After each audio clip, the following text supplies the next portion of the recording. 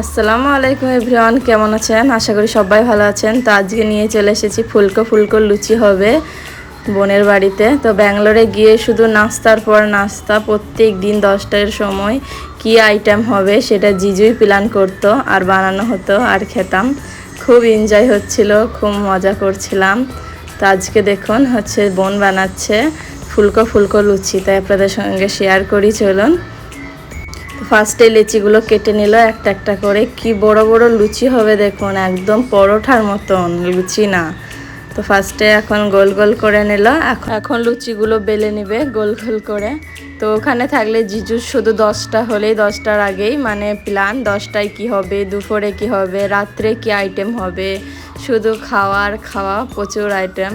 তো এখন অনেক কিছু মিস করে গেছি, তো সেইগুলো জিজু বলছে আবার এখাবে তো হলো না, সব কিছু পরের খাবে আসবে যখন সব কিছু হবে ইনশাল্লাহ। তারপরে বড় বড় সাইজের লুচিগুলো বেলা হয়ে গেল। এদিকে খোলাতে তেলও দিয়ে নিল, একটু গরম করবে।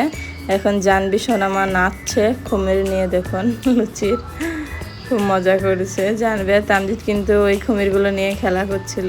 এইদিকে একটা ছোট্ট পতিলা নিয়ে, কত কিউট দেখুন হাঁড়িটা। তো টিস্যু পেপার দিয়ে নিলাম নিচে যাতে তেলটা শুষে নিতে পারে। এদিকে একটা একটা করে এখন লুচিগুলো ভাজার পালা। খুবই সুন্দর লোভ লাগছিল বেলার সময়ে।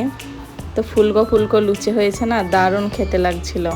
কিনা বানাতে পারে না, সব কিছু shawarma, roll, pizza, burger, A to Z সব কিছু পারে আমার বোন। মায়ের থেকে কিছু কম না। মা তো মানে চাইনিজ খাবার অতটা পারে না বানাতে, কিন্তু ভাত, সবজি, বিরিয়ানি এসব সব কিছু পারে।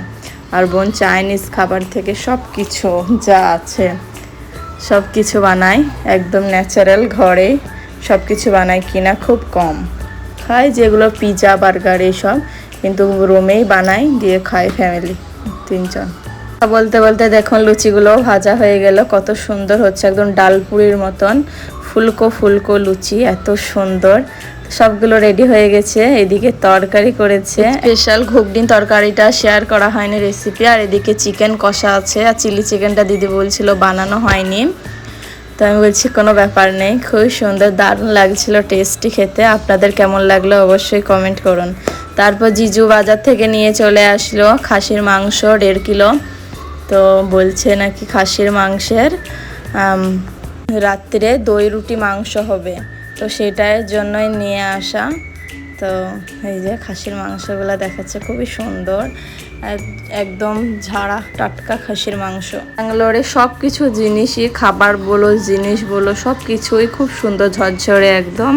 গাজরগুলো দেখলে তো আপনারা পাগল হয়ে যাবেন, এত সুন্দর, এত রং, মানে মুম্বাই এত সুন্দর নেই গাজরটা। খুব ভালো লেগেছিল আমার গাজরের কালারগুলো। আর এদিকে মালাইগুলো ডাব খেয়েছিলাম, মালাইগুলো এখন খাবো। আর এদিকে মাছও নিয়েছে, রুই মাছ, তো সেটাই ধুয়ে নিয়েছে ভাজার জন্য। এদিকে দুপুরে খাবার আমরা আম কেটেছি, এদিকে দিদি চিকেন কষা করেছে, ওইটা খাবো জিজু আর আমি। আর আম নিয়ে এসেছে বাজার থেকে, আম একটা কেটে নিয়েছি, এখন টেস্ট করব কীরকম খেতে। দারুণ মিষ্টি ছিল ওই আমটা, কি বেশ একটা নাম ছিল ভুলে গেছি। তারপরে আবার সমস্যা নিয়ে এসেছিল, কিমা সমস্যা, কিমা ভরা ছিল, দারুণ টেস্ট, ব্যাঙ্গালোরের এটা ফেমাস। আর এটা কি বেশ একটা ছিল, দারুণ খেতে ছিল সমস্যাগুলো। তো আপনারা চ্যানেলটা সাবস্ক্রাইব করে পাশে থাকবেন, লাইক করে দিবেন। আর সবাই ভালো থাকবেন, সুস্থ থাকবেন। আল্লাহ হাফেজ।